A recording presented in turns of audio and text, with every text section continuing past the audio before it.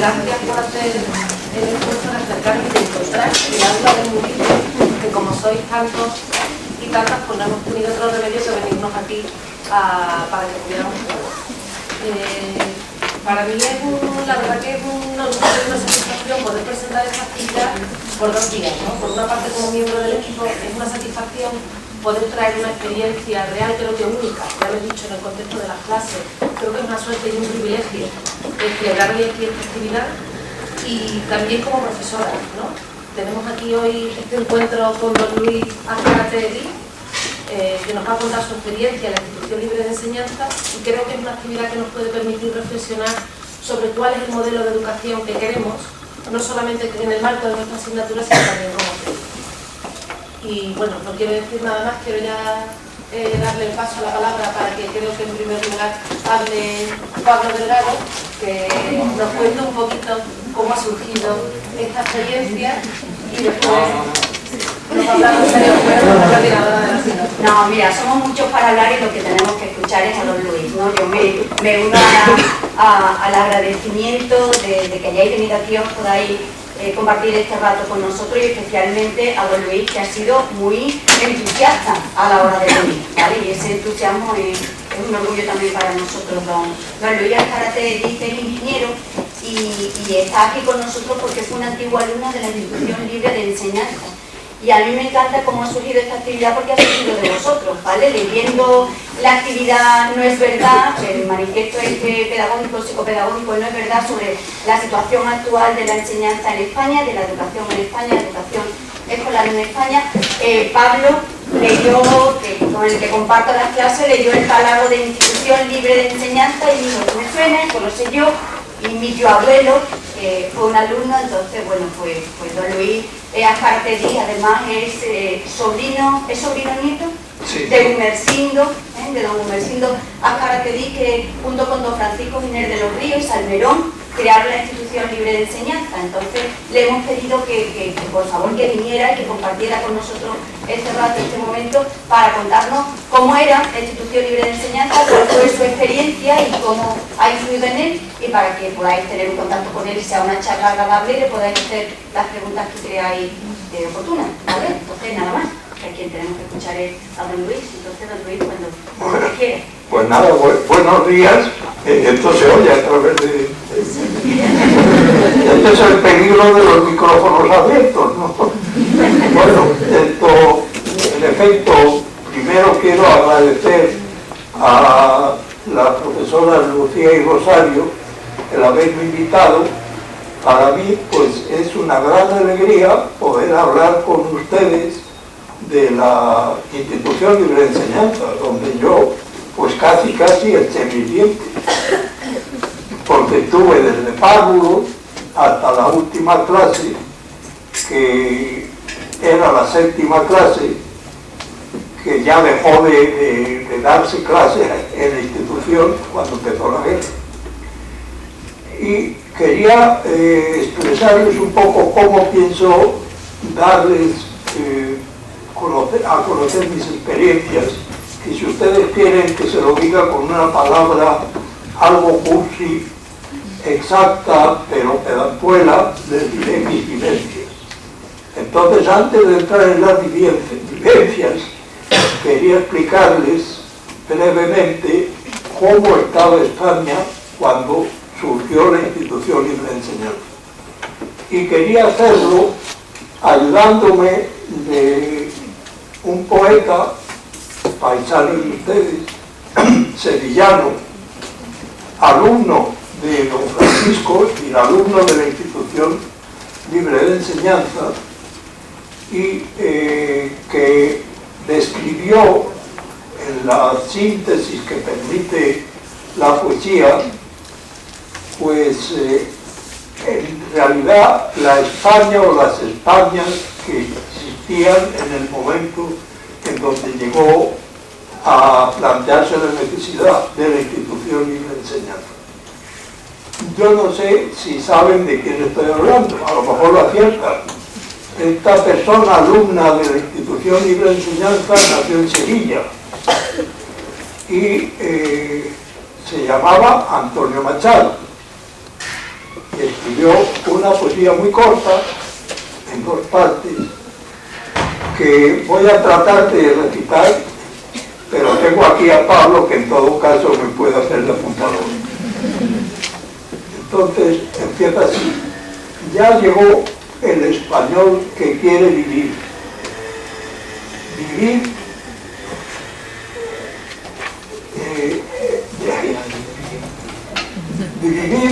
A vivir ya empieza, entre una España que muere y otra España que bosteza. Españolito que llegas al mundo del Juan de Dios.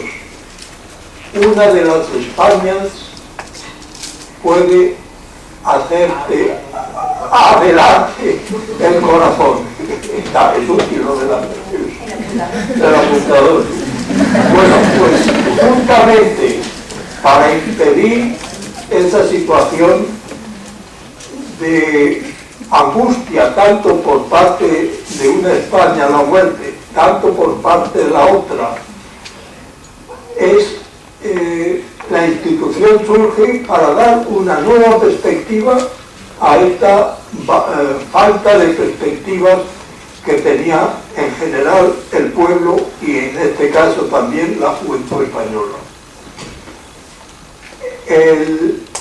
La aparición de la institución fue en realidad un hito en la cultura y en la enseñanza, porque introdujo todas las técnicas nuevas que estaban en inicio, en desarrollo en Europa, y introdujo también otro estilo completamente diferente de abordar la educación y la formación de las personas, de los alumnos. En España había un peso imposible de vencer o necesario de vencer para poder hacer que el progreso pues se desarrollara en España. El analfabetismo era del 71%, y si nos referimos a la parte del campo en donde vivían la mayoría de los españoles, andaba por el 80%. Con una situación similar era imposible que se pudiera desarrollar ni la industria, ni nuevas explotaciones o formas de explotar la tierra, aumentando la productividad, acabar con el hambre tan tremenda que pasaban los campesinos y los trabajadores del campo en España. Era necesario abrir las puertas a la enseñanza y a la educación. Hasta aquel momento la educación había sido dirigida y monopolizada por las órdenes religiosas, y ellos habían determinado desde tiempos inmemorables todo lo que era el desarrollo de la cultura y de la educación. Así llegó estos porcentajes que os he expresado de analfabetismo. Y no creáis que los alfabetos eran gente que leía con facilidad.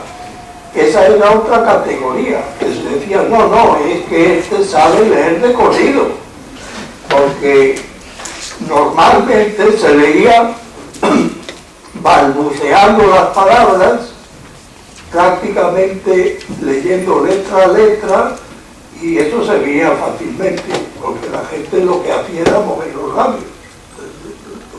Y eso estaba leyendo. Y en cuanto a las 4 reglas, como ya la división era complicadilla, pero si se metían en decimales, aquello ya era un verdadero caos. No había cómo entenderlo ni cómo salir de ello. Esa era la situación objetiva en la que se vivía en España.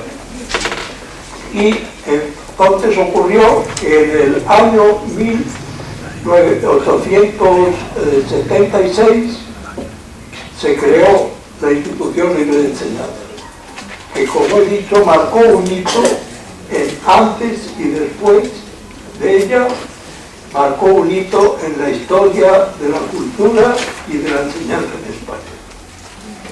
Esta fecha la fundación de la institución se produjo debido a una circunstancia que podéis ampliar la información en Google, y no es que yo sea accionista de Google, pero vamos, ahí viene toda la incidencia que llevó a cabo la formación de la institución, que fue la expulsión de un grupo de catedráticos de la universidad porque se negaron a seguir las instrucciones que había dado un nuevo ministro de Fomento, que también se ocupaba de la enseñanza, no sé por qué, pero bueno, esa es la posición que tenían, o el criterio que tenían de la importancia de la enseñanza y de la educación, que limitaba totalmente las posibilidades de hablar con sus principios, con sus conocimientos, con sus ideas de los catedráticos, y en absoluto les permitía hablar mal del sistema, del régimen que se acababa de restaurar. Estoy hablando en el momento de la restauración.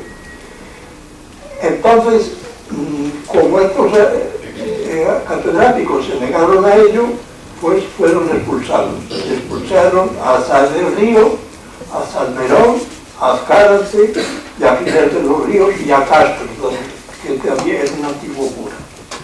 Bien, pues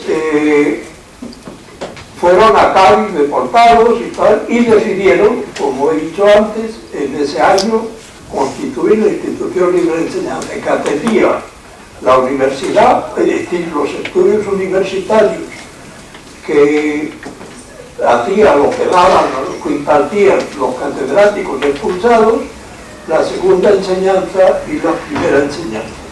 Posteriormente hubo un cambio de gobierno y años después fueron aceptados otra vez los catedráticos en sus cátedras, y entonces la universidad se concentró en la segunda enseñanza y en párvulos y primarios. Así, 60 años hasta el año 36. En ese momento yo entré en el año, pues bueno, yo creo que por los años 24, 26, y ya empecé todos mis cursos hasta el último periodo.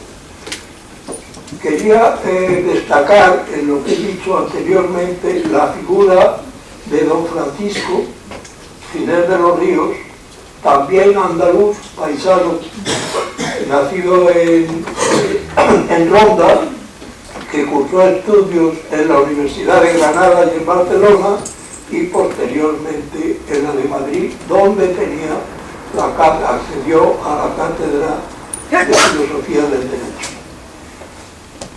Así pues, así se desarrolla el inicio de la institución, que era un total revulsivo a la pedagogía que se había estado practicando hasta entonces. Ni libros de texto, ni exámenes,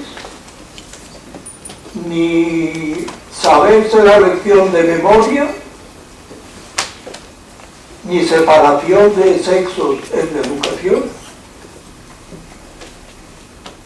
ni nada, ni castigos de estos truculentos de orejas de burro, o peores, con el cruz y todas las cosas que nos han contado mucha gente y que vosotros seguro que sabéis,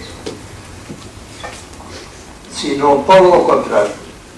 Claro, vosotros diréis, bueno, pues eso era un chollo, y la verdad que lo era. Si a mí me hubieran preguntado, si me preguntasen qué es lo que hacíamos en la institución, y ya estoy pasando, como se dan cuenta, a las vivencias. Si me preguntasen qué hacía yo en la institución, pues la respuesta es muy sencilla: pasarlo bien. Claro, que si era un chollo, pues yo lo pasaba muy bien.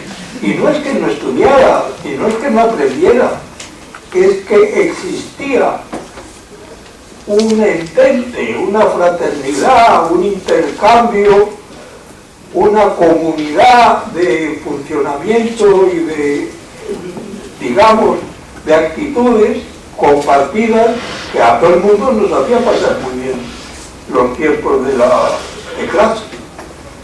Llegábamos a las 8:30 pasadas o antes y las clases empezaban a las 9 menos cuarto. Si me preguntan por qué las 9 menos cuarto, pues les diré que no sé por qué. Pero el hecho es que empezaban a las 9 menos cuarto, claro. Igual es las 9 como hora que las 9 menos cuarto como hora. Simplemente es un cuarto de adelante. Total, que empezábamos a las 9 menos cuarto, cuando llegábamos antes de esa hora, llegábamos al jardín, a los jardines que tenían 3 plazoletas, ahora les explicaré.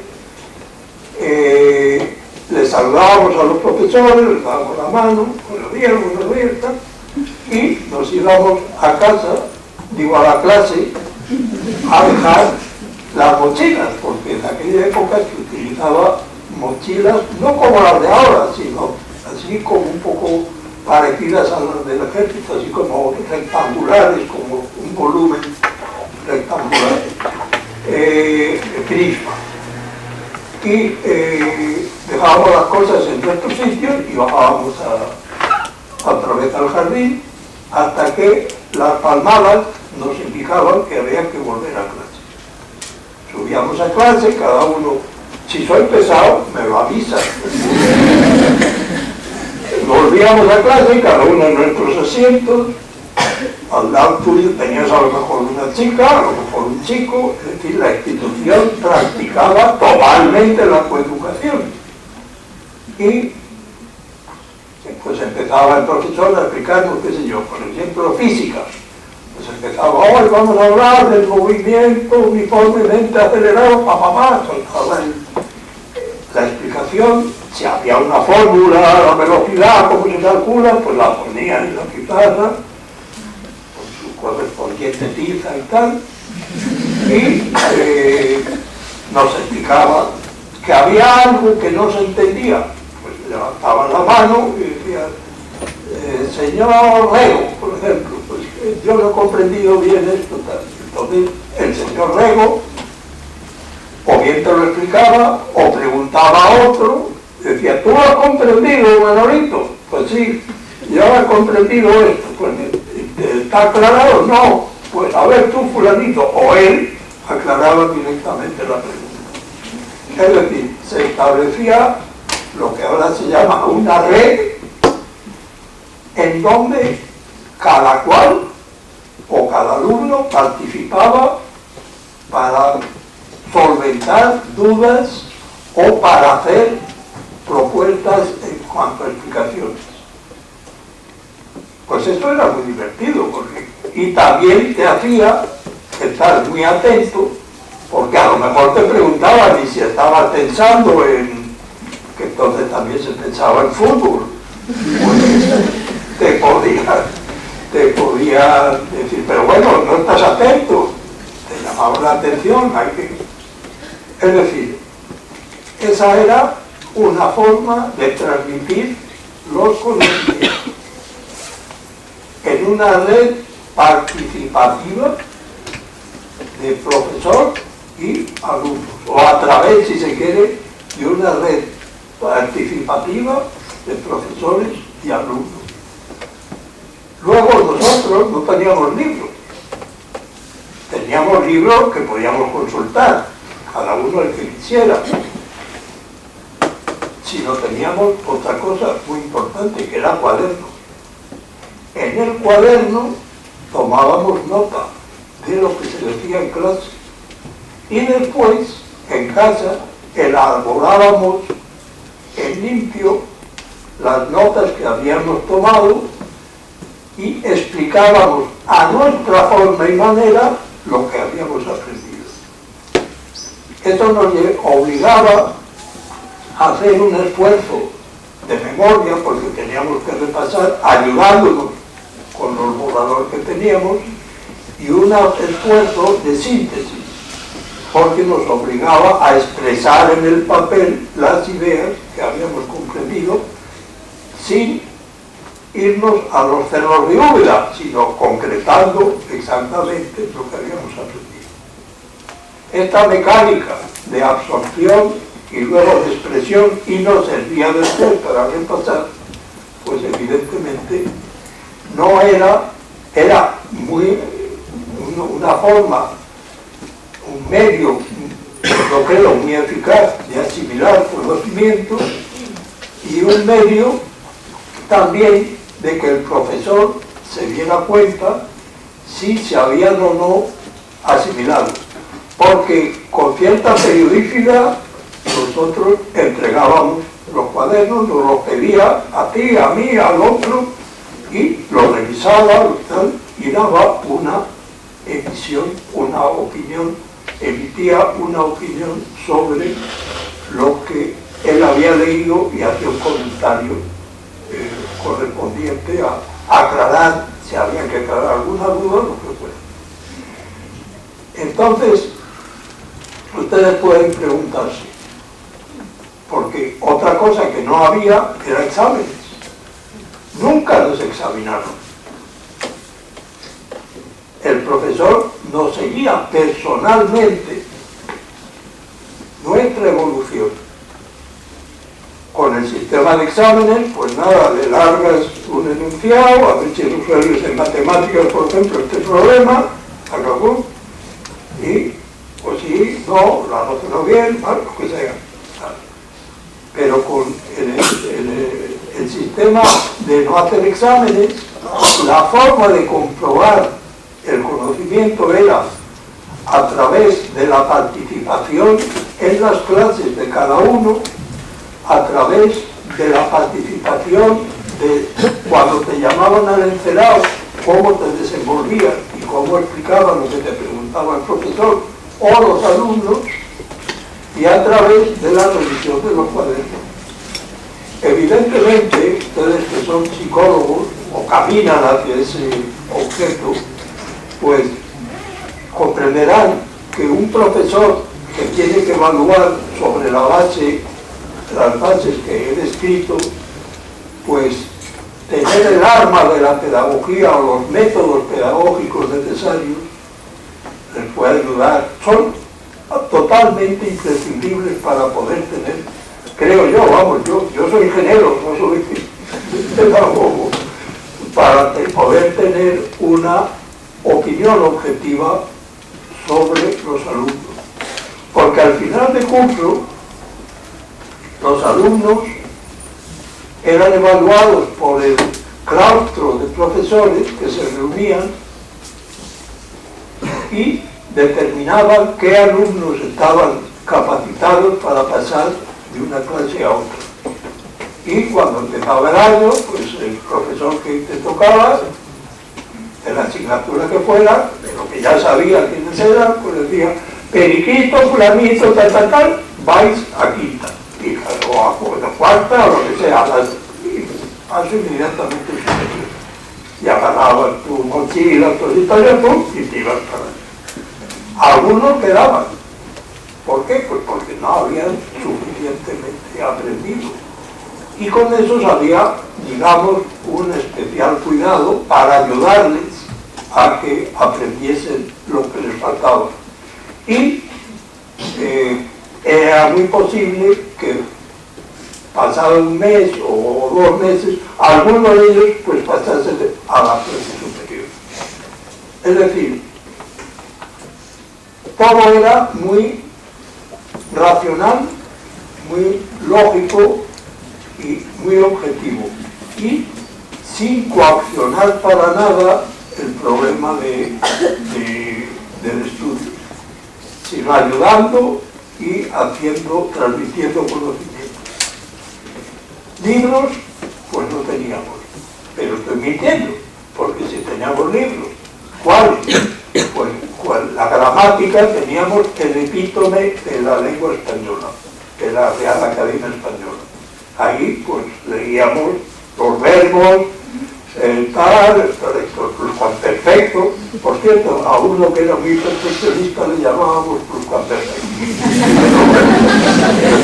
No, porque declinarse bien, lo conjugaba, era una me caía muy bien. Pero en francés, que nos daban como lengua básica también, pues también teníamos la gramática francesa, un método donde sí nos explicaba más. Y Madame Lafan, que era la que teníamos de profesora, pues nos explicaba bien o trataba de que nosotros comprendiésemos bien el francés. Ya que hemos hablado de asignaturas, yo no sé, ustedes preguntarán después si ha quedado claro la metodología, si se quiere, o la forma en que un profesor se enteraba de cómo iban los alumnos y los alumnos nos enterábamos de los conocimientos que nos transmitían los profesores. Ahora bien, ¿qué conocimientos eran? Pues los normales, digamos, en primaria o en bachillerato, las asignaturas normales, física, historia, tales. Ahora, dábamos más que las que normalmente se daban. Por ejemplo, nosotros dábamos historia del arte. Y esa clase nos la daba el señor Ginés, sobrino de don Francisco, y nos la daba muchas veces, o casi siempre, o bien en el Museo del Prado, en lo que él era además uno de los dirigentes o que funcionaban, de los técnicos que estaban en el Museo del Prado, o bien en un museo que en Madrid ha desaparecido, que se llamaba el Museo de las Reproducciones, y que tenía todas las reproducciones del Partenón y todas las reproducciones de las esculturas griegas, y algunas también de Rodin. Y era muy bonito aquello, porque llegabas allí y eran en escayola hechas y te explicaban absolutamente todo, qué sé yo, el manto de... A mí me encantaba la Victoria de Samotracia. Yo cuando voy a París, claro, ya no, porque ha habido este incidente del ojo, pero cuando iba a París, iba al Louvre, a mí lo que me importaba ver era la Victoria de Samotracia, que está en la escalera al subir, por el aire que tienen esos ropajes, y otros 2 o 3 cuadros más que no voy a mencionar porque no me nada. Pero allí, en el Museo de Reproducciones, pues estaba la Victoria de Samotracia, y estaba el Discómodo, y estaba no recuerdo ahora mismo cómo se llama la escultura donde está el padre, que las serpientes le va a los hijos y a él enroscadas le van a ahogar. Toda la escultura griega, bueno, se la eliminan. Y algunas esculturas de los ángeles. Creo que esas esculturas están actualmente en otro museo, pero es una pena que no haya acceso a ellas. Pídanlas, a lo mejor se las dan porque seguramente les están estorbando. Así son las cosas. Bueno, entonces nos daba clases de eso. Y en el Museo del Prado pues nos enseñaba los cuadros de Rubens, de toda la pintura española, entre ellos por supuesto de la Menina. Y allí en el Museo del Prado, incidentalmente lo cuento, anecdótico, había unos pintores que copiaban copistas, que era una maravilla porque de las Meninas o de otro cuadro, de los borrachos, de otros, en vez de, pues hacían un cuadro muy reducido, pero que aquello, pues claro, a nosotros nos llamaba mucho la atención cómo, y en vez de estar mirando al cuadro de los borrachos donde estaba explicando el señor Ginés, estábamos mirando cómo el copista estaba copiando, y siempre eso le causaba gran ira al señor Ginés y nos llamaba inmediatamente. Nos regañaba y después, bueno, es que era muy interesante ver a los copistas. Bueno, pues eso era una clase que nos daban clase delante. Luego había el miércoles por la tarde, pues en la institución no había clases y el señor Ginés daba a los antiguos alumnos clases de arte. Y en algunas ocasiones, ya cuando estábamos en las últimas clases, pues nos colábamos también a oír las clases, que era un hombre que sabía un montón de arte, y como custodiarlo fue, y ciertamente lo digo, el que llevó los cuadros del tesoro del Museo del Prado a Ginebra y se los entregaron al Estado de Franco. Otras clases que dábamos, pues era, por ejemplo, en la misma clase nuestra, pues dábamos trabajos manuales, hacíamos cosas de rafia. La rafia para nosotros era un elemento muy importante para construir cestas. Habíamos unos cestos de rafia, pues que estaban muy bonitos, ¿no? Cambiábamos los colores, los hacíamos de diferentes colores, así, con las señoritas Quiroga, que eran las que nos instruían. Las chicas hacían bordados y nosotros también éramos haberlo hecho. Pero pues nos gustaba más hacer marcalibros con alguna lana, las tejíamos así entre unas y otras, y una cosa muy divertida. No eran cajes de bolillos, pero vamos, era un inicio, ¿no? Y hacíamos un marcalibro que servía después cuando leías un libro, pum, ponías ahí la marca y quedaba pues muy bien. Ahora, hacíamos clases de carpintería. El señor Hernández, teníamos una carpintería, varios bancos, había unos 15 o por ahí, y pues cada uno en un banco o compartiendo bancos, pues hacíamos cajas, hacíamos bandejas, hacíamos estantes para poner libros, y hacíamos diferentes cosas. Y hacíamos otras, que era muy importante, que hacíamos, eran palas para jugar al frontón.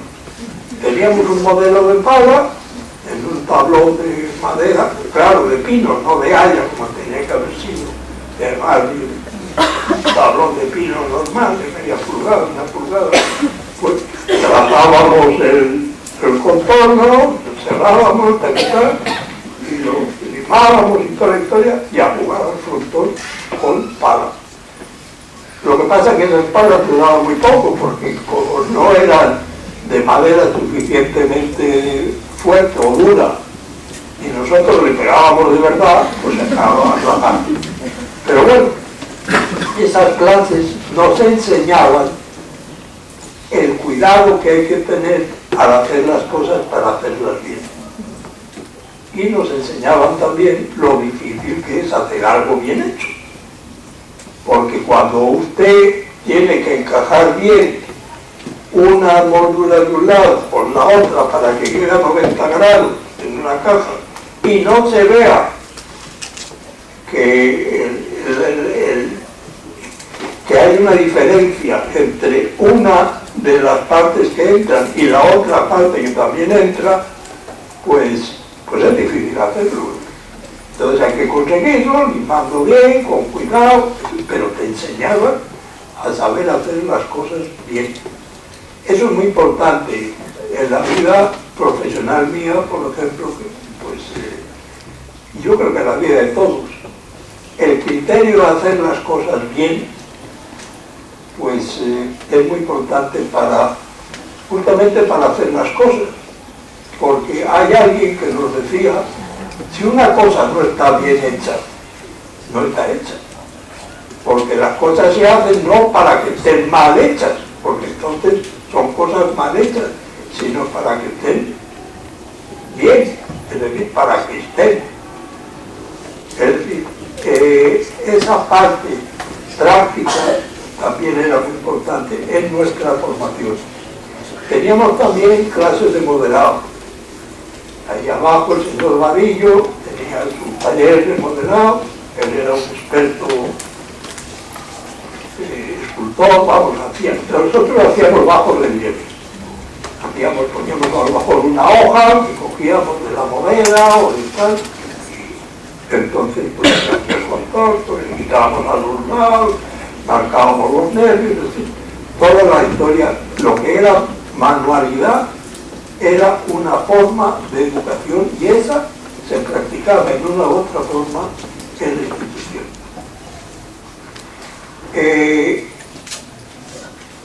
Diré que también había castigos. Claro, como no va a haber. ¿Por qué? Porque había peleas. Pues si hay peleas entre chicos, pues algo habrá que hacer para compensar a uno o a otro, ¿no? Entonces había castigos. El castigo normal era muy sencillo. Y de ver señorita, que tenías que ir a la señorita. Yo la verdad que nunca iba, no era acusica, pero había los que eran muy acusicas, ya se veía acusica más raras. Al infierno llegarás. Bueno, entonces, mira que este niño, que no sé qué, que no sé qué. Niño, que a ver, ¿qué has hecho? Pues nada, bueno, pues mira, tú te sientas ahí, y tú te sientas ahí. Sentado ahí tranquilo, no te pongáis, dejéis de estar nerviosos, que estáis nerviosos. El castigo era estar sentado, claro, se sufría mucho, porque no se podía jugar.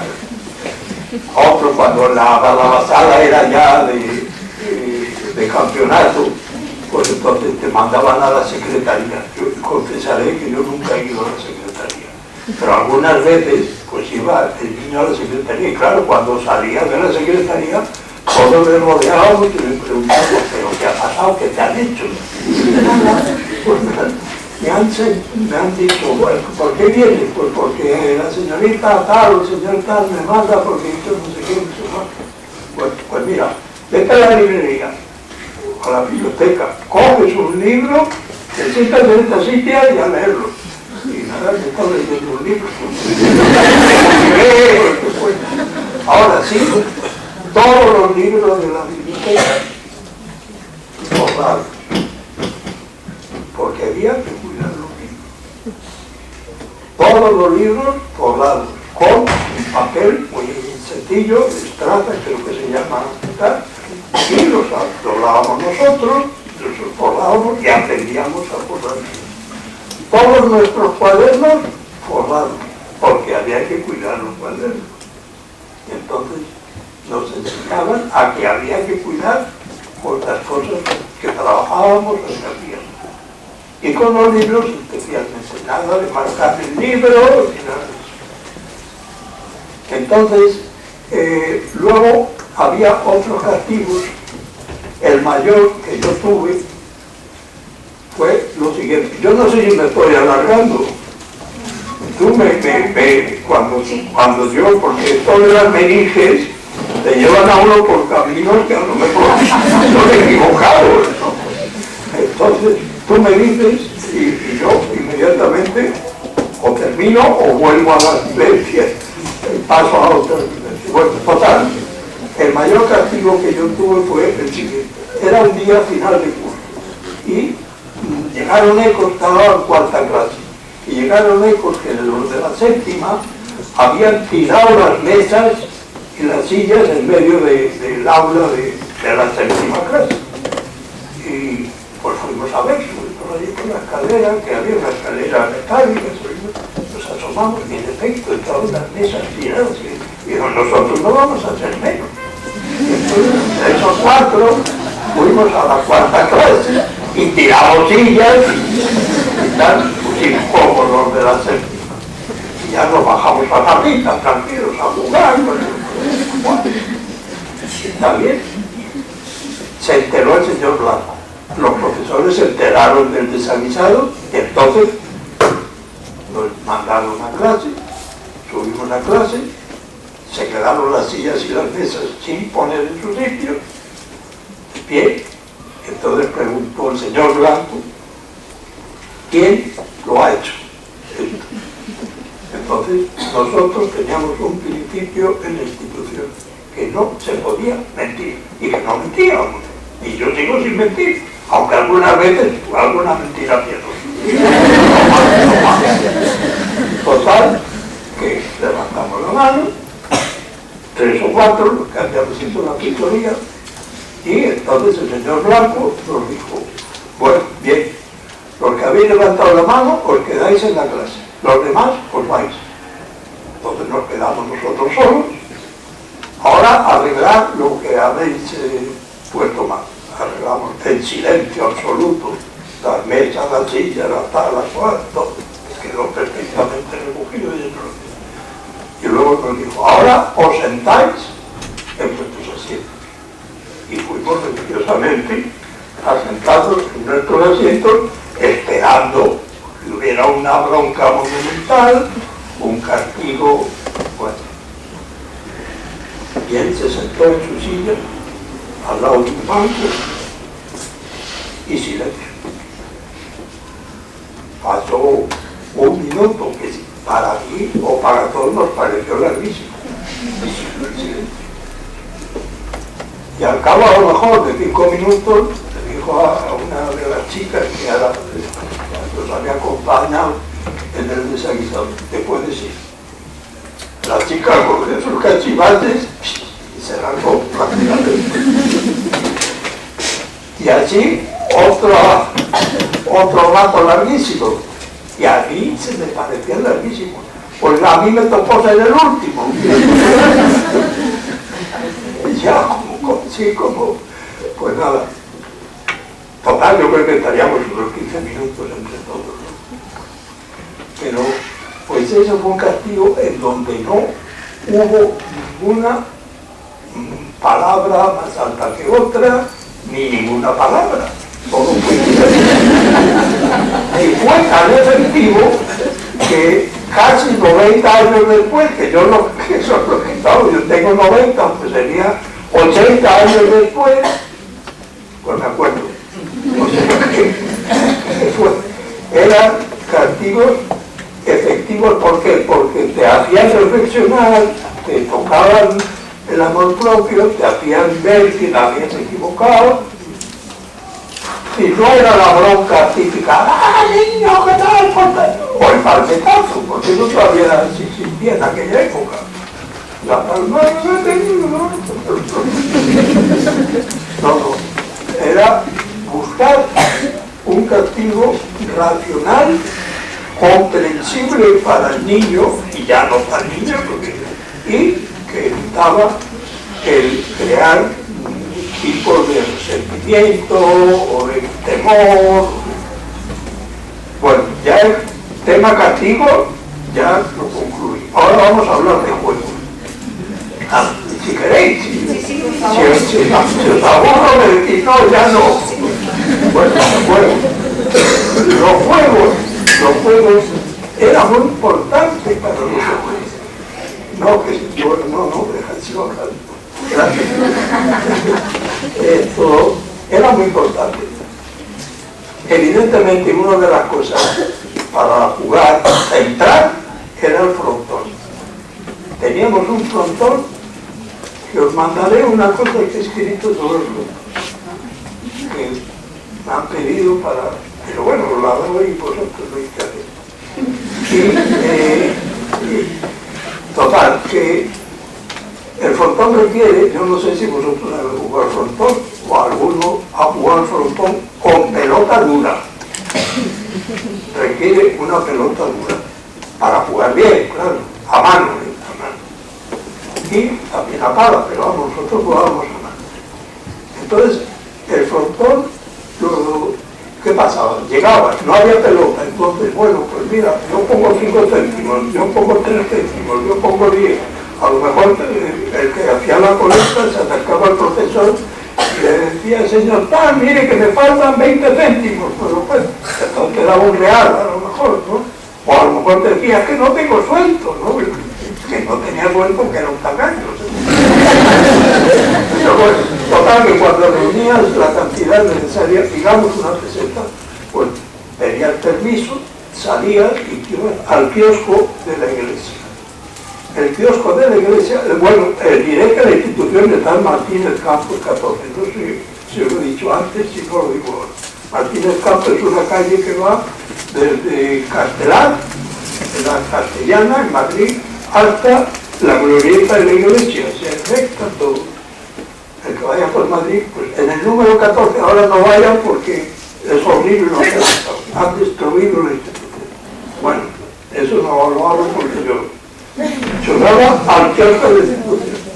Y entonces ahí el kiosquero era vasco y tenía pelotas duras para jugar al frontón a mano. Y se las mandaban de Pamplona, porque tenía familia. Entonces ibas y le decías: bueno, aquí tengo la más cara, tengo una peseta, la otra valía 60.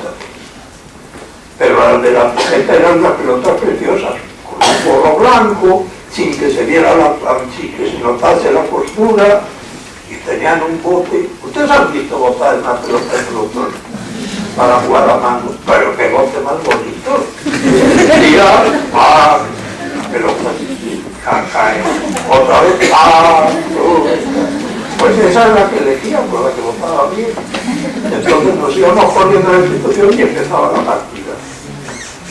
En el recreo corto, que ahora hablaré de los recreos, pues jugábamos, se ponía una cola y el que pedía pido tal, pues era el primero que... Entonces jugábamos a lo mejor a un tanto. El que perdía el primer tanto fuera, y así la cola iba más rápido. Normalmente era a 3 tantos. Y entonces pues empezábamos a jugar de pareja, siempre eran 4 los que jugaban. Y pues la pelota venía, la pegabas y tal, siempre tan elegante con su bote. Cuando te llegaba atrás, muy atrás, pues era muy difícil de volverla porque había un árbol muy grande que era una acacia, esa acacia que llamábamos algarrobera. Nos pegábamos unos algarrobazos con tocaríos de algarroba, porque era muy grande. Bueno, no se comían, o al menos nosotros no probábamos. Comíamos las que nos vendía la castañera, pero que eran chiquitas y dulces. Pero esas no. Bueno, entonces si se metía la pelota ahí, era tantos segundos.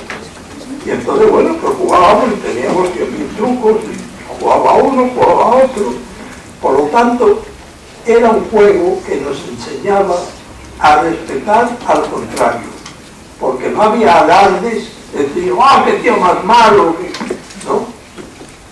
Claro que a lo mejor el compañero dice, oye, pero no la has pegado, pero déjamela a mí, y tal.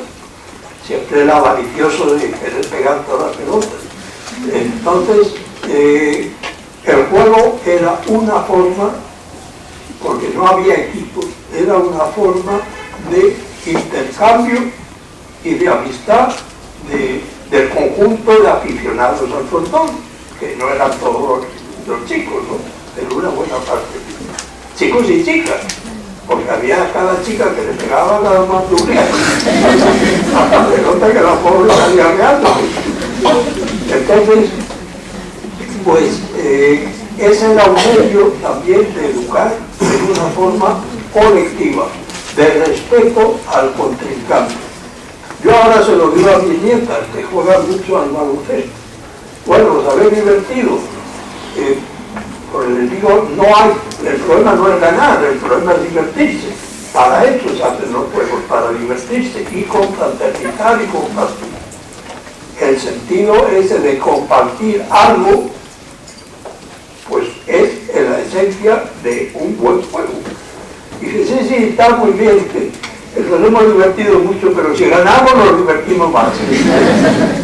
Total, que ese era un medio también que se utilizaba. Había disputas, pero generalmente se arreglaban sin necesidad de recurrir a ningún profesor ni ante nosotros. Había otros juegos también muy colectivos, como era el rugby. El rugby era un juego que era como, ustedes no sé si conocen el béisbol americano.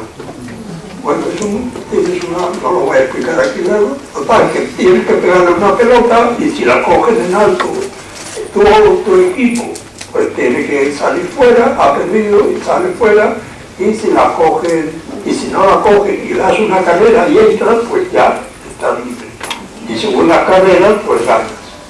Entonces, ese juego era un juego en donde, pues claro, cada equipo pues tendría lo menos 15 o más jugadores, ¿no? Y funcionaba muy bien, ocupaba toda la plazoleta grande. Había otros juegos que eran, que yo creo que ahora no se hace, el juego de la copa. Y del paseíto Lele, no lo vi. Y la copa, y el paseíto Lele, escapacharse, la copa, había, eso era de especialidad de las chicas, el juego del diablo. Eso era complicadísimo, se me daba contando cuando trataba de... Había el juego del aeroplano, había una cantidad importante de juegos, muchos según la temporada. El guau. ¿Ustedes han jugado al guau alguna vez? Pues eso es parecido al golf, pero más modesto. Es un hueco con una bola, con bolas de barro, de acero, de lana, tal. Se juega a tirarla que entre en el hueco y luego pues, a capón o como sea darle para, y pues va ganando bolas. Y generalmente el que era muy bueno en eso tenía los bolsillos llenos de bolas y luego las cambiaba. Entonces todos esos juegos eran juegos que servían también para divertirse, pero también para respetar a los contrarios. Había un miércoles, los miércoles por la tarde, el señor Montañón, que nos daba clases de física, que era él, en su profesión, intérprete en el Ministerio de Relaciones Exteriores y traductor, que luego fue jefe de la oficina de traductores en la UNESCO, pues nos daba clases de física, de latín, de una serie de... pues también nos daba latín, cosa que no se daba fuera. Bueno, pues nos llevaba a jugar al fútbol. Llevamos a jugar al fútbol al campo que se llamaba de los Rodríguez, que eran algunos señores que han sido alumnos de la institución y que tenían un terreno allí, por Chamartín, donde se jugaba al fútbol. Teníamos portería de madera, etcétera, y jugábamos al fútbol casi como un partido serio. Pero es curioso porque ahora ese terreno está una parte de él construido.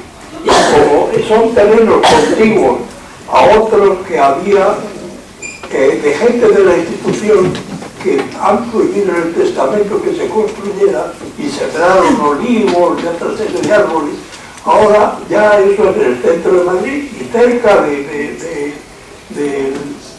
del campo de fútbol del Real Madrid, pues hay un terreno rodeado de edificios donde hay olivos y tal, donde algunas veces hacen representaciones artísticas. Generalmente yo he asistido a oír a Carmen Linares, a mí me encanta el flamenco, cantar allí en ese, y era muy gracioso, en medio de Madrid, en el centro de un barrio central, todavía se llama de Madrid, pues Carmen Linares cantando en uno de los barrios. Eso pertenecía a Castillejos, del que hablaré después con la Junta de Ampliación de Estudios. Bien, entonces el juego también nos llevaban a ese campo, y había que ver el sacrificio, porque ahí estaba el señor Montañón corriendo detrás del balón, actuando de árbitro, con manga de camisa o el chaleco puesto y su sombrero para que esperamos algo que el sol no le lastima. Eso era la forma de, evidentemente, de educarnos también en el juego. Ahora bien, de los profesores, ¿qué les diré a ustedes? Les diré que todos para mí son o han sido como mis padres, empezando por el señor Montañón, siguiendo por el señor Blanco, la señorita, la llamábamos señorita Elvira, la señorita Linares, hija del naturalista Linares, que también algunas veces le poníamos nosotros motes. La señorita Linares, como la gustaba en invierno, ponerse unas botas negras de esas altas de hule o de cuero, para que no entrara al agua, eran de moda, entonces la llamábamos Dick Turpin, porque parecía esa figura de Dick Turpin, que era un bandido,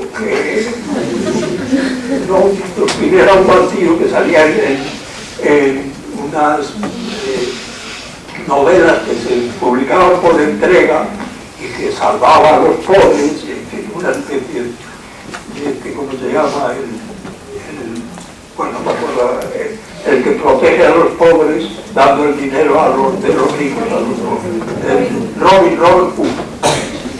Bueno, entonces los profesores, pues con nosotros tenían una gran paciencia. Y la verdad que se establecieron las relaciones pues, de amistad, de total comprensión. Vosotros diréis que bueno, todo es bueno, pues así era.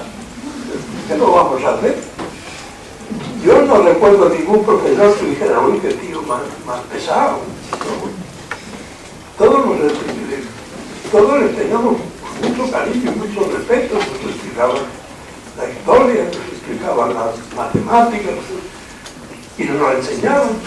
Y digo que nos la enseñaban, y voy a ir abreviando con las vivencias, porque si empieza uno, se enrolla, pues eso se probaba en una forma que a nosotros nos hacía sufrir, pero muy objetiva. A nosotros no, el Ministerio de Relaciones o el Estado español como tal no nos reconocía el título. El hecho de haber terminado, por ejemplo, la séptima clase no representaba que hubieras terminado y que no te daba el título de bachiller, nada, ningún título. En la institución no te emitía absolutamente ningún título que fuera reconocido por el Estado. Entonces a nosotros nos obligaba, porque éramos de la institución total de todo el tiempo, nos obligaba a ir a un instituto de segunda enseñanza a examinarnos. Y había un grupo que vivíamos por el barrio de Salamanca, en Madrid, y íbamos a un instituto que ya no existe, que se llamaba Instituto Velázquez, que estaba en la calle Velázquez. Pues nosotros no sacamos nunca una mala nota de los exámenes que nos hacían, salvo una vez que suspendieron a 3 o a 4 de 7 que éramos de matemáticas, porque estaba de malas el profesor Muñoz de Lara, se llamaba, tío del historiador, y salió el que más sabía de nosotros de matemáticas, que se llamaba Mazón, un chico que de verdad sabía matemáticas. Salió y le preguntó no sé qué del rectángulo, me acuerdo, demuéstrame no sé qué del rectángulo. Y este chico se ve que no le había entendido bien, no sé qué. Y le dijo, pues, algo como que algo, pero que yo ni siquiera percibí que era, y el otro se indignó, pero yo había dormido más. Pero parece mentira, ¿cómo me contesta usted eso? Y claro, el pobre Mazón, el guardo, se acoquinó, bueno, y entonces le preguntó otra cosa, y el otro le contestó, ya temblando y hecho polvo, pues lo que parecía, nada, siéntese usted, con suspenso. Y le tocó a otro, inmediatamente después a otro compañero, a Manolito Varela, íntimo amigo mío, pues lo mismo. Me tocó a mí, le preguntó no sé qué, yo le contesté algo que no me acuerdo qué era, y el tío me dijo, menos mal que alguien contesta lo que yo esperaba. Y yo no sabía lo que le había dicho. Y ya por ahí nos encaminamos bien y el tío medio notable. Bueno, eso es para demostrarle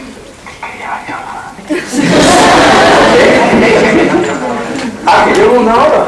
Bueno, pues vamos por... Pero estamos encantados, ¿eh? No, lo que ustedes digan.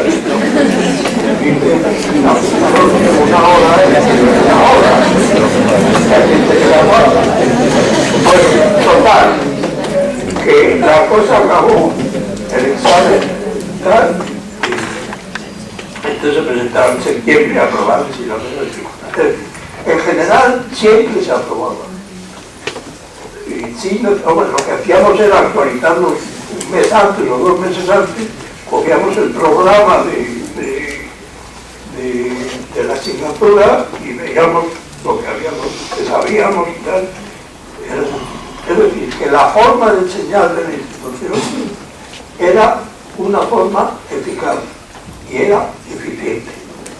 ¿Eficiente por qué? Porque era sin gastar malas energías, enfados, ni disgustos, ni nada. Y eficaz, pues porque nos hacía aprender. Aparte de todo esto, con la institución, y ya si voy terminando, íbamos de excursión. Íbamos de excursión pues, a estudiar, sobre todo pues, en arte, en Toledo, en Ávila, en Aranjuez. Entonces salíamos de excursión, digamos, de visita de arte, artística, a monumentos, a todo eso. Y el señor Ginés nos explicaba la historia. Íbamos también al campo, porque otro de los principios de la institución era la naturaleza, y estudiar y mantenerse dentro de la naturaleza. Y la institución tenía una casita en la Sierra del Guadarrama, y allí íbamos con cierta frecuencia, pero si no, íbamos a la casa de campo, o incluso a la casa, al retiro, digo, al Pardo. Y había un lema fundamental en Colombia, porque uno va al campo, bueno, pues mira, coge el papel, lo tiro, y allá apenas el papel, no, o una sobra de comida, no. Al campo no se le puede ensuciar. Tengan ustedes esa lección que nos daban siempre. El campo es un lugar limpio. Y nosotros no podemos ensuciar el campo. Y teníamos que llevarnos el papel, el resto de comida, lo que fuera, a casita y allí pues darle el correspondiente tratamiento. Por eso la institución nos daba toda esa gama de enseñanza y, hombre, yo podía, como ustedes comprenden, seguir hablando con mucho gusto la vida, pero no quiero extenderme más. Sí quiero resaltar la importancia de don Francisco y la importancia de su alumno, de don Francisco Jiménez de los Ríos, que como sabéis nació en Ronda, estudió en Granada y en Barcelona y tuvo la cátedra de Madrid. Y se dedicó a instaurar una nueva pedagogía, escribió varios libros sobre eso, que están, agotados todos. El señor Cosío fue el alumno predilecto de don Francisco y siguió don Manuel Bartolomé Cosío sus actividades dentro de la institución y fuera de la institución, a la que inmediatamente lo voy a referir. Y era un hombre sencillísimo, yo tuve la posibilidad de tratarle muy familiarmente. Me encantaba, por ejemplo, los dulces de castañas con merengue, etc. Las sopas de ajo, porque yo tuve una relación con él muy familiar y sabíamos los gustos que tenía. Y le encantaba el arte, fue el que descubrió el Greco, le encantaban los tejidos, por ejemplo, los tejidos de la gartelana, los labores en la gartelana, etc. La vida de él pues, fue una vida muy sencilla y murió el cuñado mediano antes de la guerra, se quitó la amargura de destruir la institución. Yo quería sacar la influencia de la institución no se limitaba a la influencia que podía tener dentro de una actividad católica, sino fuera. Se fundó la Junta de Ampliación de Estudios, de esto se ha hablado bastante porque cumplió el centenario del año pasado, que dio becas a estudiantes universitarios en muchos de los países donde estaban más adelantados la ciencia, por ejemplo en Alemania, por ejemplo en Inglaterra. La Junta de Ampliación de Estudios fundó el Instituto Escuela, que ese sí era un instituto oficial. Y ahí iban los que no querían seguir el sufrimiento de los exámenes de la institución y de los institutos oficiales, lo que he referido antes, y se iba al Instituto de Escuela y ahí sí llegaban con los mismos métodos de enseñanza de la institución a tener el título de bachillerato. Mi hermana, por ejemplo, acudía al Instituto de Escuela. Yo, pues, mis padres dijeron que a la institución había otras instituciones que creo que debían de ponerse ustedes en relación con ellas, que es el Instituto Cervantes, que sigue funcionando, dirigido por el señor Llorca, que era alumno de don Francisco y que llevó a cabo ahí toda una actividad importantísima. Venían del extranjero a ver, sobre todo este movimiento de la nueva escuela, de la École Nouvelle, pues venían a visitar la experiencia pedagógica de don Ángel Jonca.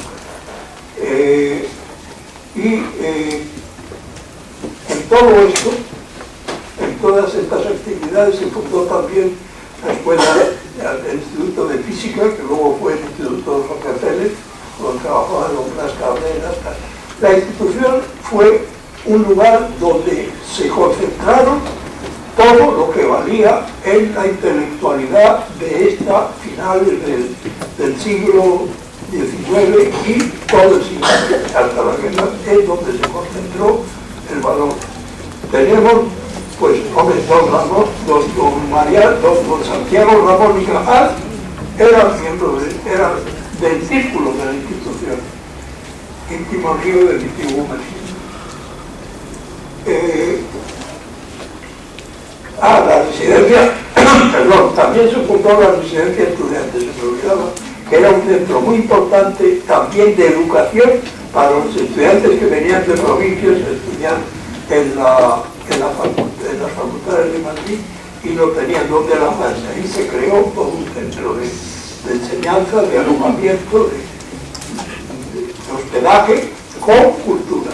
Ahí fueron Einstein a las conferencias, el descubridor de Tutankamen, Madame Curie y muchos de los más eminentes autoridades de la ciencia en el mundo.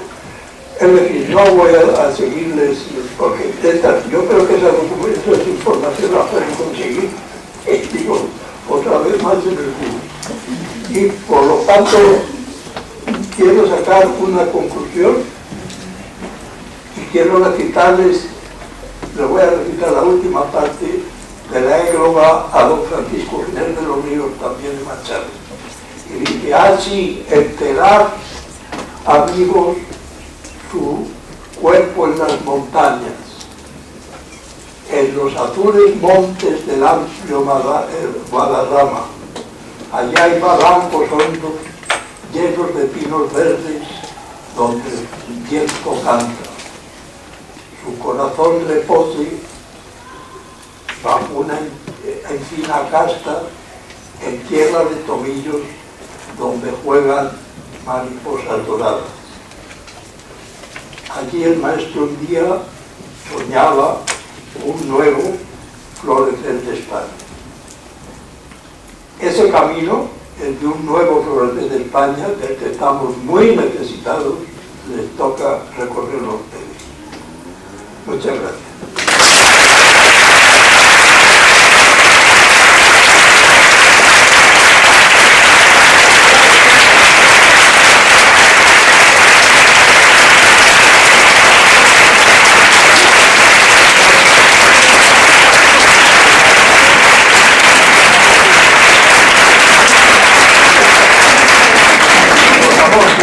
Ahora, si son preguntas discretas, si son indiscretas, pues también las contesto. Y si no las sé, pues también las contesto, porque nadie me va a contradecir. Y si es vero, es del trovato. Y si no es vero, es del trovato. Y perdonen que me he estado, qué sé yo. Vamos a pasar a las preguntas. Bueno, en primer lugar, muchas gracias por traernos el aroma de toda aquella época. Perdón, que yo estoy un poco teniente. Sí. Muchas gracias por traernos el aroma de aquella época y aquel lugar. Y quería preguntarle algo que no sé si es indiscreto, al menos si es personal. Digamos, la enorme lucidez de la que da usted gala a sus años, ¿hasta qué punto cree que es producto de la forma como se educó en la institución libre, o lo considera más como algo más personal, un poco, ¿no?, de la naturaleza? Hombre, yo le diré que tengo un primo hermano por partida doble, porque son dos hermanos casados con dos hermanas, por lo tanto, pues somos primos por dos lados. Pero es que además esos dos hermanos y esas dos hermanas eran primos carnales. Entonces yo cuando me miro al espejo, no sé si veo a mi primo, a mi segundo primo, al tercero, porque soy yo mismo. Entonces digo eso porque tengo a mi primo, tío, no se llama Patricio, pero le llamamos, no es que tenga algo que ver con el Papa, no pero el 91 me lleva pues 10 meses, 9 meses, que está mejor que yo, creo yo, vamos, porque yo estoy con esta historia de la ceguera que me limita mucho. Y él, por supuesto, que va a la piscina, yo también, pero vamos, en nada, lo que tiene es una barriga muy respetable. Así que yo no sé si es de familia o es porque de familia, por desgracia, mis otros primos y mi hermana se murieron prácticamente poco, pero sí, llegaron a alcanzar una eternidad, mis padres no. Pero yo le voy a decir una cosa. Lo que a mí me ha mantenido, yo he sido exiliado y perdimos la guerra y tuvimos que ir y tener una vida muy cambiante. Lo que a mí me ha animado es actuar dentro de mi conciencia en la forma que me dictara mi conciencia para conseguir que volviese la democracia española. Esa ha sido mi consagración en la vida y la que me ha dado ánimos para vivir y para vivir todo lo que pueda. Evidentemente yo he sido, ahora pues no milito, pero yo he sido un militante comunista y he actuado defendiendo los principios de la institución. Y aunque algunos de ustedes pues no lo comprendan, pero yo se lo puedo explicar claramente. Quien mejor defendía o ha defendido durante la guerra, la lucha en la guerra, pues era el Partido Comunista. Quien mejor lo defendió y más activo estaba en el exilio, y también en la clandestinidad en España, fue el Partido Comunista. Mi padre era militar, ingeniero militar, y era socialista. Y yo conservo todavía sus carnes.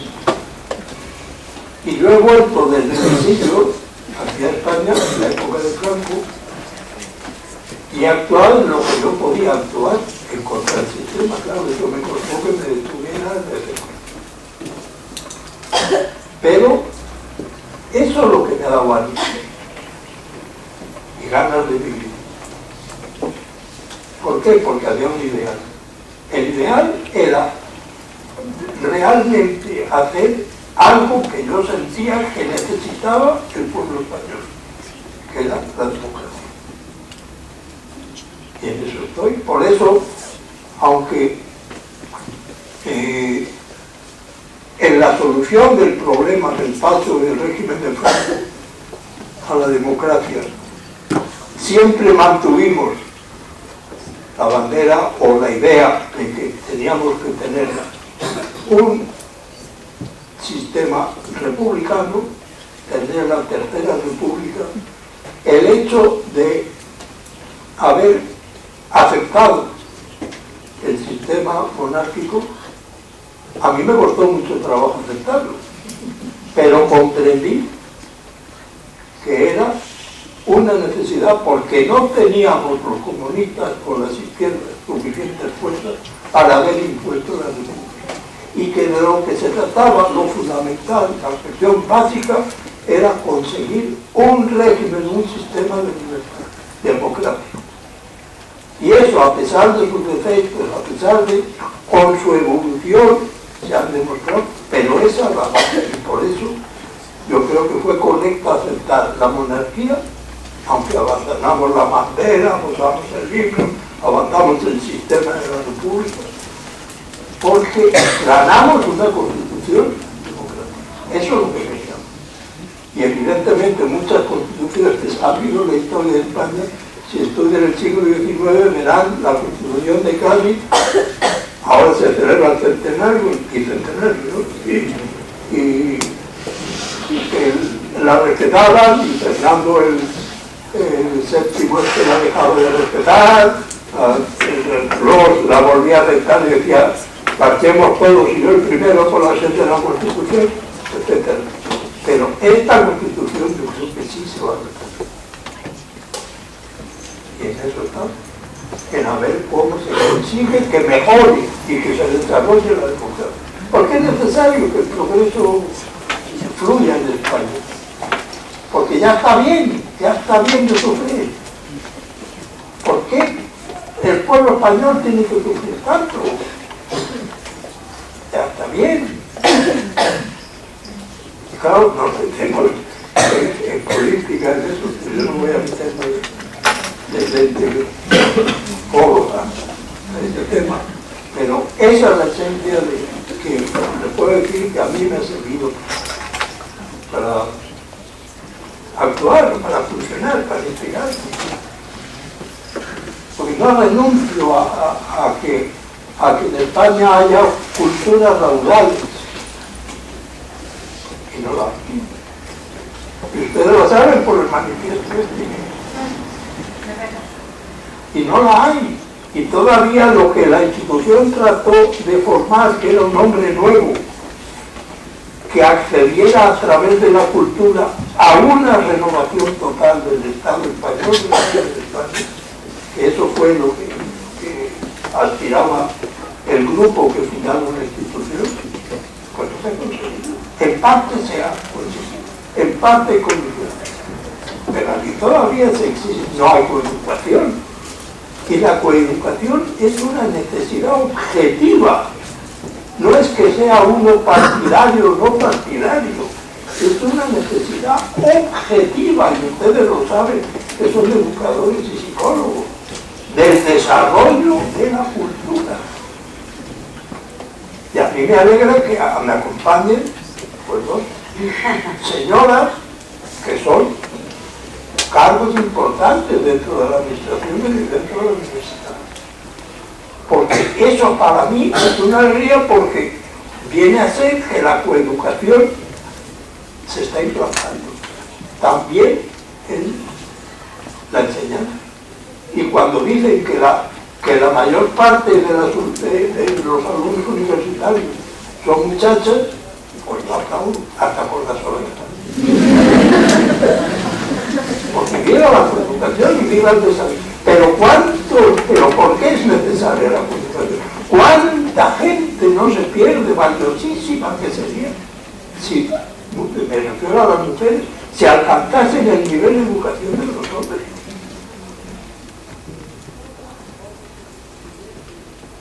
Y cuántos pretenciosos, que eso, don Francisco, cuando una vez un joven andaba diciendo que él había hecho, que él hecho, no sé qué, le dijo: usted es que no sabe que existe una cosa que es la modestia.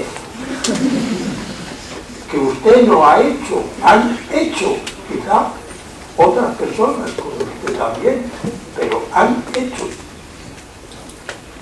Pues eso es lo importante desde el punto de vista de educación de los universitarios, que sean conscientes que hace falta buscar otros caminos para hacer España un país también en la educación de primera fila, porque es curiosísimo.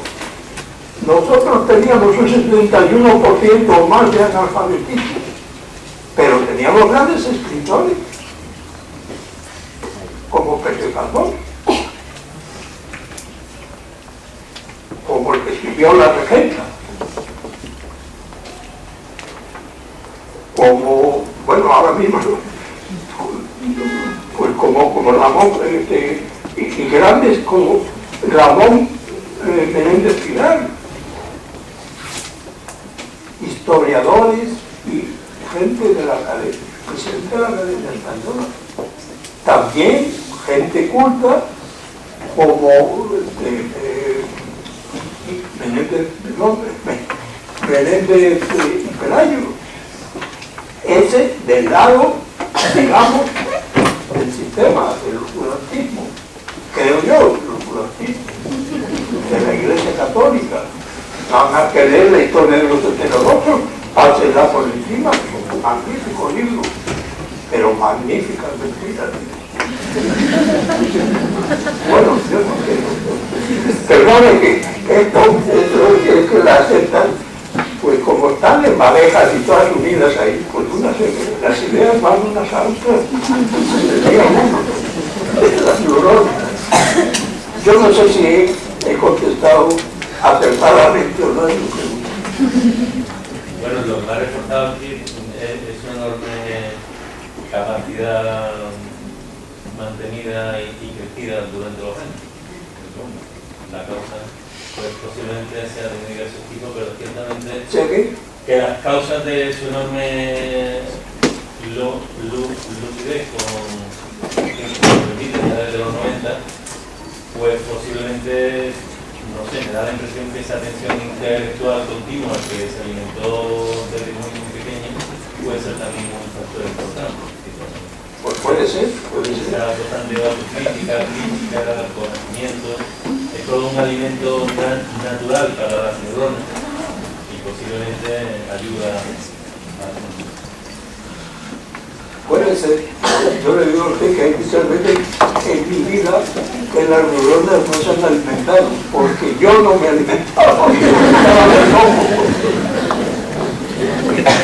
Hay una alimentación, mucha alimentación por la ilusión. Ya también y humor. Aquí tienes otra pregunta. A ver. Usted estuvo exiliado en Francia y se supone, bueno, creo que participó en la resistencia contra la ocupación nazi. No, yo antes de que llegaran los nazis a París, había pocas semanas, una semana antes, había salido de Francia hacia México. Entonces estuve inicialmente exiliado en Francia. La pregunta era si usted en el exilio coincidió con parte de sus compañeros de la institución libre de enseñanza, que volvió a retomar contacto o reflexión en medio de todo el jaleo de la guerra y del exilio, y volvió a tomar contacto con ellos.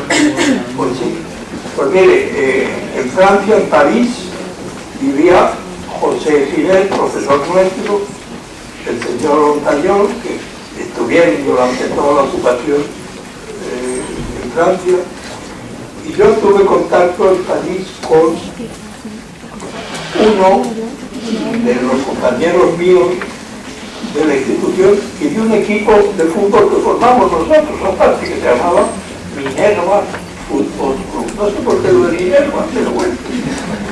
Este chico, Marcelo López, que hizo la guerra, yo le llevaba un año, pero él hizo la guerra, yo no, al final. Este chico estuvo en Mataus. Los alemanes le detuvieron por razones de resistencia y lo llevaron a Mataus y salió de Mataus. Y yo después de Mataus en París he vuelto a tener contacto con él. Y últimamente él se había ido a México porque su madre y su hermano estaban exiliados en México, pero últimamente se fue al sur a vivir. No he vuelto a tener noticias. Él andaba evidentemente muy averiado de salud. Creo que le tuvieron que hacer una cosa del corazón y tal. Pero este de la institución estuvo exiliado, estuvo metido en Ataúd. Y salvo de los pocos que se lograron. Otros de, pues no, luego he vuelto a tener contacto con ya le digo, con el señor Giner y con el señor Montañón. Luego aquí en España he vuelto a tener, ahora somos los que dan de esta generación última de institución, quedamos 5.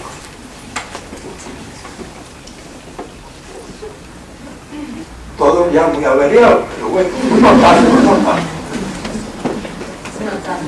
No, porque todo el mundo piensa y cuenta. Pueden ustedes contactar. Lo que pasa es que, bueno, si quieren yo les pongo la. Yo no sé si le he contestado. Sí, se ha contestado muy bien. Tenéis más preguntas. Preguntas que queráis hacer. A ver. Sí, aquí hay, y aquí hay.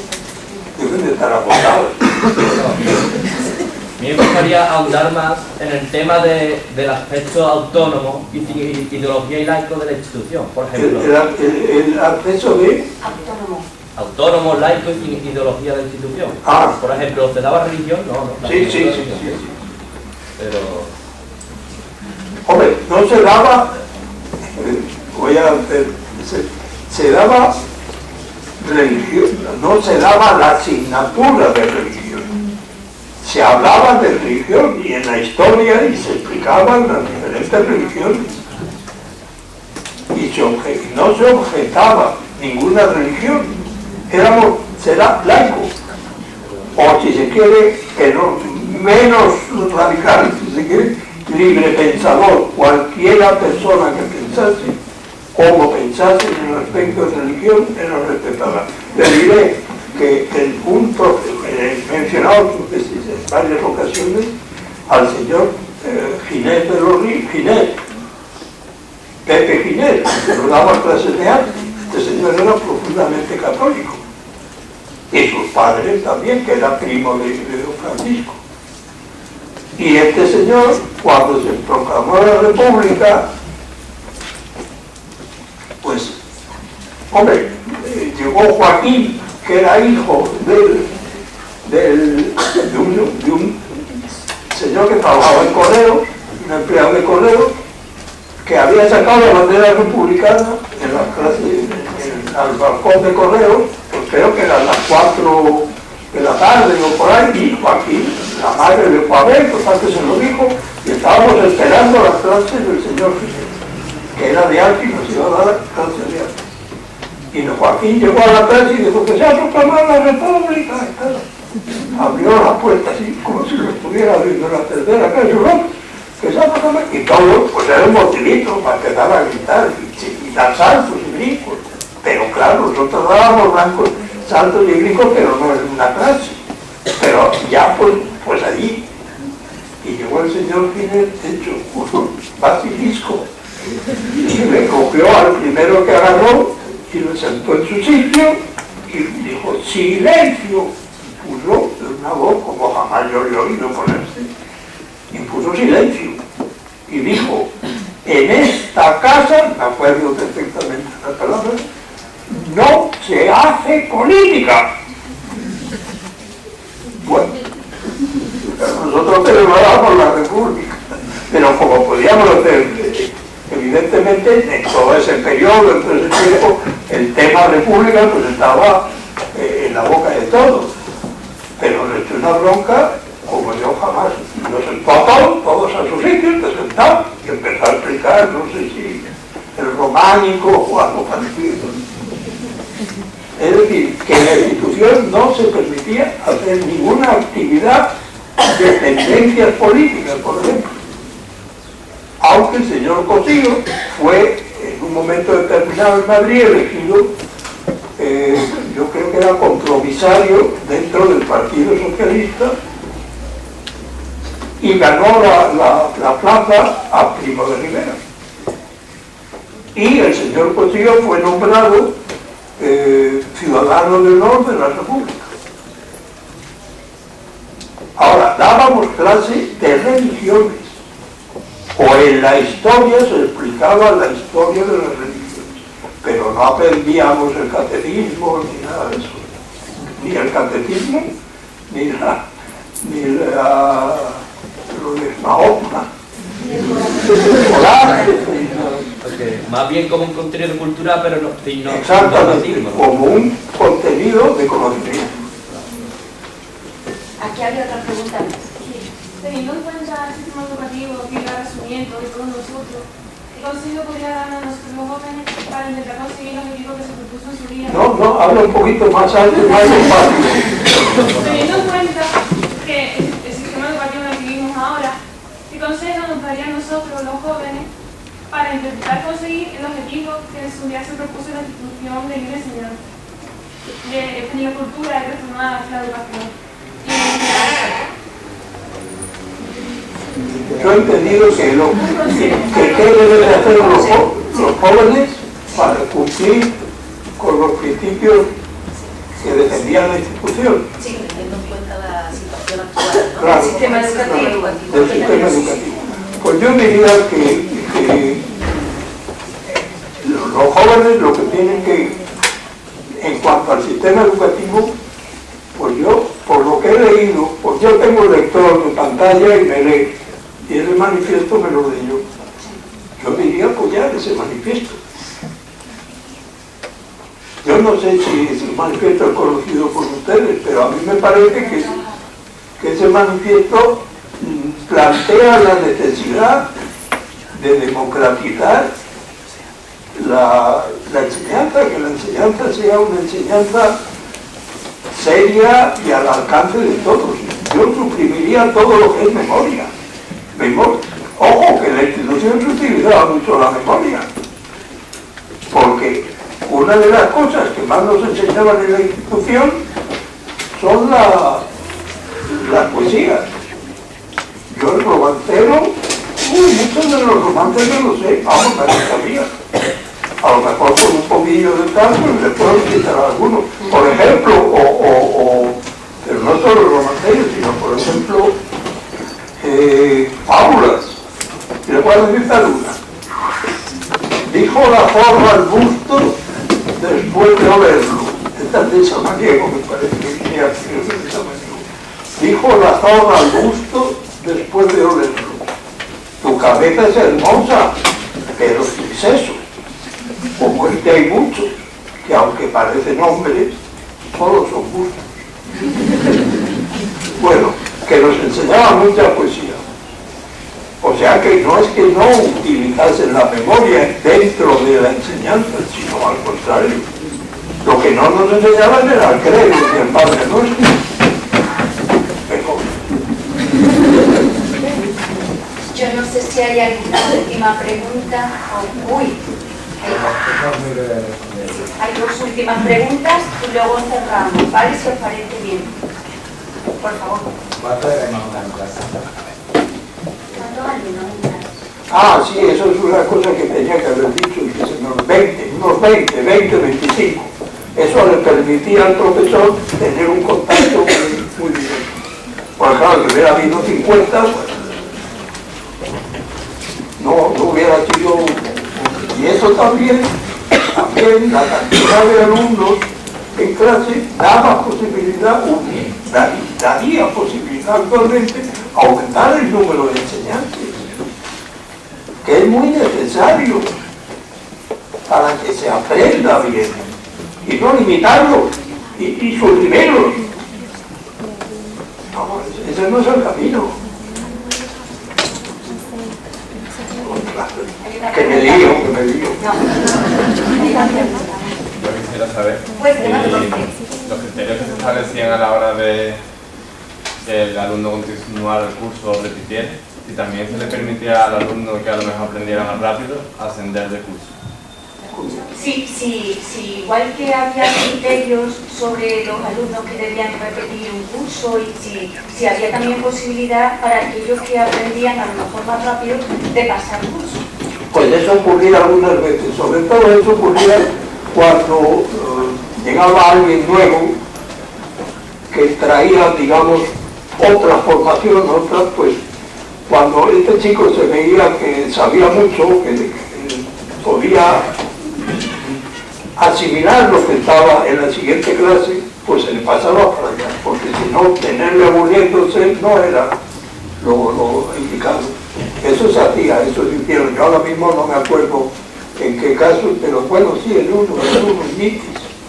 Inicialmente él venía de otro lugar, de otra escuela, yo creo del extranjero, donde estaba, vino a la clase y al poco tiempo se vio que el niño era muy listillo y se le pasó a la siguiente.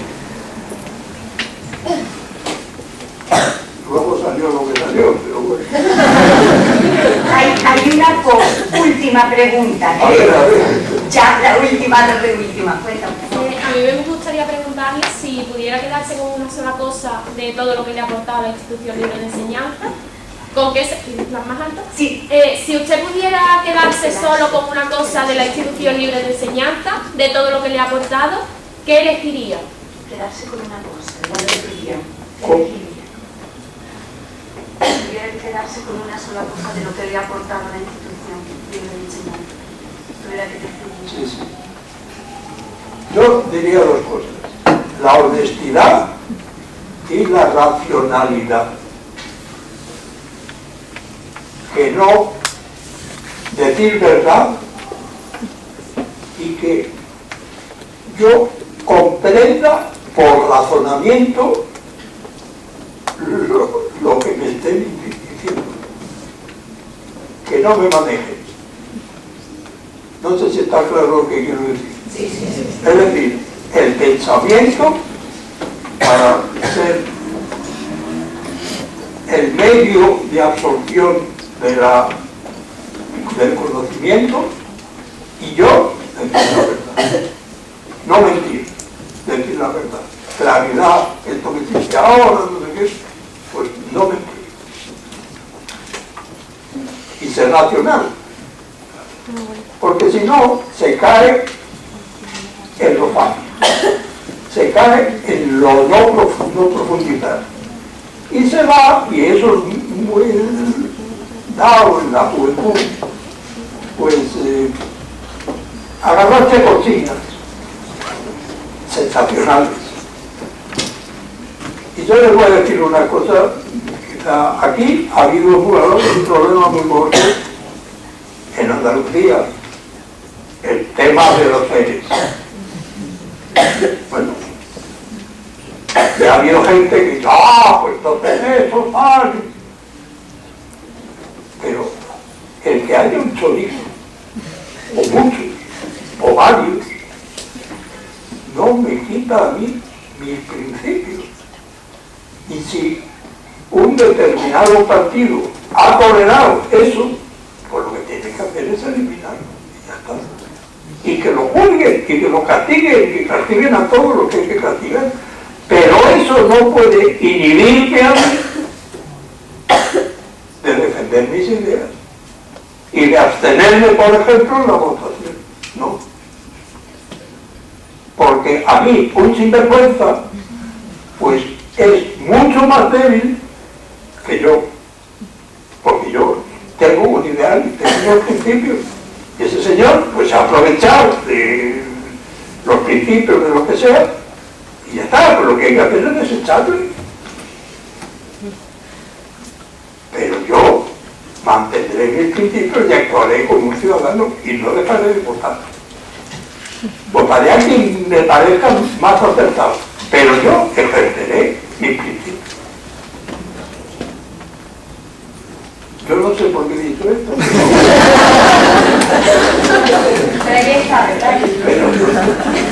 Pero lo he dicho porque me ha provocado usted tal vez. Bueno, yo quiero decir que yo tengo un correo electrónico y que todo lo que ustedes, yo estoy a su disposición, porque por lo menos que puedo hacer es estar a disposición de quien me ha aguantado más de una hora. Y Pablo pues les puede dar el correo electrónico. Yo creo que lo vamos a dejar aquí por el momento, ¿no? No quitamos que otra vez nos podamos ver en el futuro. No, en absoluto. Por el momento hemos anotado aquí un montón de cosas que discutiremos en las clases, ¿verdad? Como hacer las cosas bien hechas, el respeto a la nacionalidad, la red participativa. Yo no sé, yo lo anoto todo, ya no puedo quedar con nadie en 2 semanas, por lo menos, todas las cosas que anotamos. Pero me quedo con una cosa, y es que yo creo que me encanta la imagen de la bola esa, de la pelota elegante votando. Yo creo que hemos tenido aquí hoy una pelota elegante votando, ¿no? Muchísimas gracias por su generosidad.